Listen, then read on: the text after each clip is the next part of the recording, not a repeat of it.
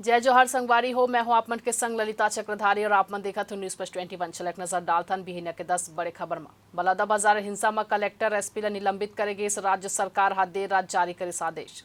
22 जुलाई ले शुरू हो ही छत्तीसगढ़ विधानसभा के मानसून सत्र महत्वपूर्ण विधेयक मन के स्वीकृति के ही उम्मीद।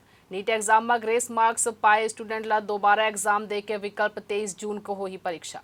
प्रधानमंत्री नरेंद्र मोदी G7 समिट में शामिल हो ही यहाँ जेलेंस्की और पोप फ्रांसिस ले मुलाकात करी। कुवैत ले 45 भारतीय के 100 ला लेके स्पेशल एयरक्राफ्ट रवाना। पहले केरल पहुंची बिल्डिंग में आग लगे ले जान गे रही।